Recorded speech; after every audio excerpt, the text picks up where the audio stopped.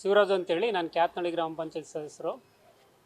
ನಮ್ಮ ರಾಜೇಗೌಡರಿಗೆ 78/17 P17ರಲ್ಲಿ ಸುಮಾರು 8 ಎಕರೆ ಜಮೀನಿದೆ. ಅವ್ರಿಗೆ 8 ಎಕರೆಯಲ್ಲಿ ಅವ್ರಿಗೆ 4 ಎಕರೆ ಅವರ ತಂದೆಯಿಂದ ಹಕ್ಕು ಕಲಸ ಮೂಲಕ ಅವ್ರಿಗೆ ಬಂದಿದೆ. ಆ ಬಾಬ್ತು ಮತ್ತು ರೀಸೆಂಟಾಗಿ ಅವ್ರಿಗೆ ಅಳತೆ ಮಾಡಿದಾಗ ಅವ್ರಿಗೆ 8 ಎಕರೆಯಲ್ಲಿ ಎಕ್ಸ್ಟೆಂಟು ಅಂದರೆ ವಿಸ್ತೀರ್ಣ ಅತ್ಯಂತ ಕಡಿಮೆ ಬಂತು.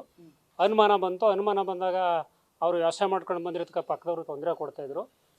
ಇಬ್ಬರು ಡಿಸ್ಪ್ಯೂಟ್ ಆಯಿತು ಜಮೀನು ವಿಚಾರದಲ್ಲಿ. ಇದು ನಮಗೆ ಸೇರ್ತಕ್ಕಂಥದ್ದು 4 ಎಕರೆ ನಮಗೆ ಸೇರ್ತಕ್ಕದ್ದು ಅಂತೇಳಿ ವಾದ ವಿವಾದ ಆದಾಗ ಕಚ್ಚಾಡೋದು ಬೇಡ, ನಾಳೆ ಇದಾಯ್ತದೆ, ಅಲ್ಲಿ ರಕ್ತಪಾತ ಆಗುತ್ತೆ, ಕ್ರಿಮಿನಲ್ ಆಗುತ್ತೆ ಅನ್ನೋ ಕಾರಣಕ್ಕಾಗಿ ಇವ್ರು ಕೋರ್ಟ್ಗೆ ಹೋಗ್ಬೇಕು. ಇದು ಪೊಲೀಸ್ ಸ್ಟೇಷನ್ ಕಂಪ್ಲೇಂಟ್ ಕೊಟ್ಟರು.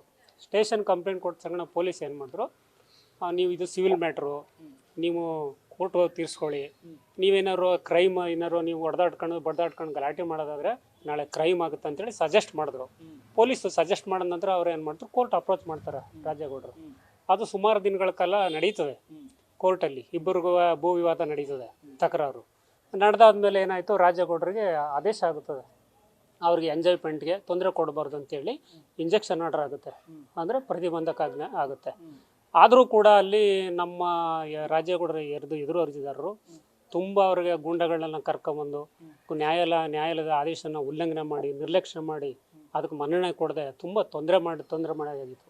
ಅದಾದ ನಂತರ ಅದನ್ನು ಅವರು ಲಾಯರ್ ಮುಖಾಂತರ ಅದನ್ನು ಮತ್ತೆ ನ್ಯಾಯಾಲಯದಲ್ಲಿ ಘನ ನ್ಯಾಯಾಲಯಕ್ಕೆ ಗಮನಕ್ಕೆ ತಂದಾಗ ಮಾನ್ಯ ಘನ ನ್ಯಾಯಾಲಯ ಇವರ ಪ್ರಾರ್ಥನೆಯನ್ನು ಪರಿಗಣಿಸಿ ಮತ್ತೆ ಅವರಿಗೆ ಕೋರ್ಟು ನೀವು ಪೊಲೀಸ್ನವರು ಅವರಿಗೆ ರಕ್ಷಣೆ ಕೊಡಬೇಕಂತೇಳಿ ಮತ್ತೆ ಆದೇಶ ಮಾಡುತ್ತೆ.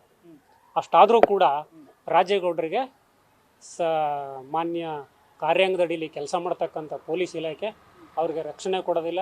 ನ್ಯಾಯಾಲಯದ ಆದೇಶನ ಗಾಳಿ ತುರ್ತಕ್ಕಂಥದ್ದು ಸತ್ಯದ ವಿಚಾರ, ನಮಗೆಲ್ಲ ಗೊತ್ತಿರ್ತಕ್ಕಂಥ ವಿಚಾರ. ಇದು ಅತ್ಯಂತ ಅನ್ಯಾಯ. ಯಾಕೆಂದರೆ ಈ ಭಾಗದಲ್ಲಿ, ಈ ರಾಜ್ಯದಲ್ಲಿ 2ನೇ ಬಾರಿಗೆ ಮಾನ್ಯ ಸಿದ್ದರಾಮಯ್ಯವರು ಮುಖ್ಯಮಂತ್ರಿಯಾಗಿ ನ್ಯಾಯಾಲಯದ ಆದೇಶಗಳನ್ನಾಗ್ಬೋದು, ಮತ್ತು ಈ ಥರ ಯಾವುದೇ ಸಣ್ಣ ಪುಟ್ಟ ದೌರ್ಜನ್ಯಗಳು ಯಾವುದೇ ಸಮುದಾಯಗಳು ನಡೆದಿರ್ಬೋದು, ಅದನ್ನೆಲ್ಲ ಕೂಡ ಖಡಕ್ಕಾಗಿ ಅಧಿಕಾರಿಗಳಿಗೆ ತಾಕೀತು ಮಾಡಿ ರಕ್ಷಣೆ ಕೊಡ್ತಕ್ಕಂಥದ್ದು ಅವರ ಮಹತ್ವದ ಜವಾಬ್ದಾರಿಯಾಗಿದೆ ಮಾನ್ಯ ನಮ್ಮ ಮುಖ್ಯಮಂತ್ರಿಗಳು. ಅಂದರೆ ಯಾಕೆ ಅಧಿಕಾರಿಗಳು ನ್ಯಾಯಾಲಯದ ಆದೇಶ ಇದ್ರೂ ಕೂಡ ಪೊಲೀಸರು ಯಾರು ರಕ್ಷಣೆಗೆ ಯಾಕೆ ಕೊಡ್ತಾ ಇಲ್ಲ? ಅಧಿಕಾರಿಗಳು ಯಾಕೆ ಇದು ಮಾಡ್ತಿಲ್ಲ? ಅವರು ರಾಜಕೀಯದ ಒತ್ತಡಕ್ಕೆ ಇತ್ತೀಚೆಗೆ ಬಲಿಯಾಗಿದ್ದಾರೆ ಅಧಿಕಾರಿಗಳು. ಉದಾಹರಣೆಗೆ ಹೇಳಬೇಕು ಅಂದರೆ, ಜುಡಿಷಿಯಲ್ ಆರ್ಡರ್ಸನ್ನ ಯಾವತ್ತು ಇಂಪ್ಲಿಮೆಂಟ್ ಮಾಡಬೇಕಂಥದ್ದು ಎಕ್ಸಿಕ್ಯೂಟಿವ್ಸ್ ಜವಾಬ್ದಾರಿ. ಬಟ್ ಇವ್ರು ಮಾಡ್ತಾ ಇಲ್ಲ. ಅಂದರೆ ಇವರೇನು ಯಾವ ದೃಷ್ಟಿಯಲ್ಲಿ ಇವರು ಕೆಲಸ ಮಾಡ್ತಾ ಇದ್ದಾರೆ ಕಾರ್ಯಾಂಗದಲ್ಲಿ ಅಂತಕ್ಕಂಥದ್ದು ನಮ್ಗೆ ಅರ್ಥ ಆಗ್ತಾ ಇಲ್ಲ. ಉದಾಹರಣೆಗೆ ಇತ್ತೀಚೆಗೆ ರೀಸೆಂಟಾಗಿ ಆದೇಶ ಆದಮೇಲೆ ರಾಜೇಗೌಡ ಪರವಾಗಿ ಆದೇಶ ಕೊಡಬೇಕಂತೇಳಿ ಈಗ ಕಳೆದ ಗುರುವಾರ ಡೇಟ್ ಎಷ್ಟು ಅದು 24ರಲ್ಲಿ ಅದಕ್ಕೆ ಬರ್ತಾರೆ ಸ್ಪಾಟ್ಗೆ ಬಂದಾಗ ಆ್ಯಕ್ಚುಲಿ ಅವ್ರಿಗೆ ರಕ್ಷಣೆ ಕೊಡಬೇಕು. ಸರ್ವೆ ನಂಬರ್ 72/27ಕ್ಕೆ ಅವ್ರಿಗೆ ರಕ್ಷಣೆ ಕೊಡಿ ಅಂತೇಳಿ ನ್ಯಾಯಾಲಯ ಆದೇಶ ಆಗಿದ್ರು ಕೂಡ ಅಲ್ಲಿಗೆ ಬಂದಂಥ ಅಧಿಕಾರಿಗಳು ಮತ್ತು ರೆವಿನ್ಯೂ ಇಲಾಖೆಯವರು ಅದನ್ನು ದಿಕ್ಕು ತಪ್ಪಿಸಿ, ಇದು ಜಕ್ಬಂದಿ ಸರಿಯಿಲ್ಲ, ಇದು ಸರ್ವೆ ನಂಬರ್ ಬರಲ್ಲ, ಇದು ಎಕ್ಸ್ಟೆಂಡ್ ಸರಿಯಿಲ್ಲ ಅಂತಂತೇಳಿ ಅವರ ವಿವಾದ ಸೃಷ್ಟಿ ಮಾಡಿ ಅವ್ರಿಗೆ ಕೊಡಬೇಕಾದಂಥ ರಕ್ಷಣೆನೂ ಕೂಡ ಕೊಡ್ದೇ ಅವ್ರಿಗೆ ಗಾಳಿಗೆ ತುರಿದರೆ ನ್ಯಾಯಾಲಯದ ಆದೇಶನೂ ಕೂಡ. ಅಂದರೆ ಯಾರು ಇವ್ರನ್ನ ಒಕ್ಕಲೆಬ್ಬಿಸ್ಬೇಕು ಅಂತ ಇದು ಮಾಡಿ ಅವ್ರಿಗೆ ಸಪೋರ್ಟ್ ಮಾಡ್ಕೊಂಡು ಈ ಥರ ಮಾಡ್ತಾ ಇದ್ದಾರೆ ಅಂತನಾ? ಇದನ್ನು ಏನಾಗಿದೆ ಅಂದರೆ ಸರ್, ಇಲ್ಲಿ ಈ ರಾಜೇಗೌಡರಿಗೆ ಎದುರಾಗಿದ್ದರು ಇವರು ತೆಂಕಪ್ಪ ಅಂತೇಳಿ, ಅವರು ಅದೇ ಜಮೀನನ್ನ ಒಬ್ಬರು ಬೈಪಾಸ್ ಮಂಜುನಾಥ್ ಅಂತೇಳಿ ಅದನ್ನು GPA ಮಾಡ್ಕೊಂಡಿದ್ದಾರಂತೆ. ಅವರು GPA ಮಾಡ್ಕೊಂಡ್ಮೇಲೆ ತುಂಬ ಜನವರಿ ಅಲ್ಲ 2023 ಜುಲೈ 10ನೇ ತಾರೀಕು ಅಲ್ಲಿ ದೊಡ್ಡ ಗಲಾಟೆ ಆಗುತ್ತೆ ಈ ಭೂವಿವಾದ ಕಾಲ್ನಡೆಯಲ್ಲಿ.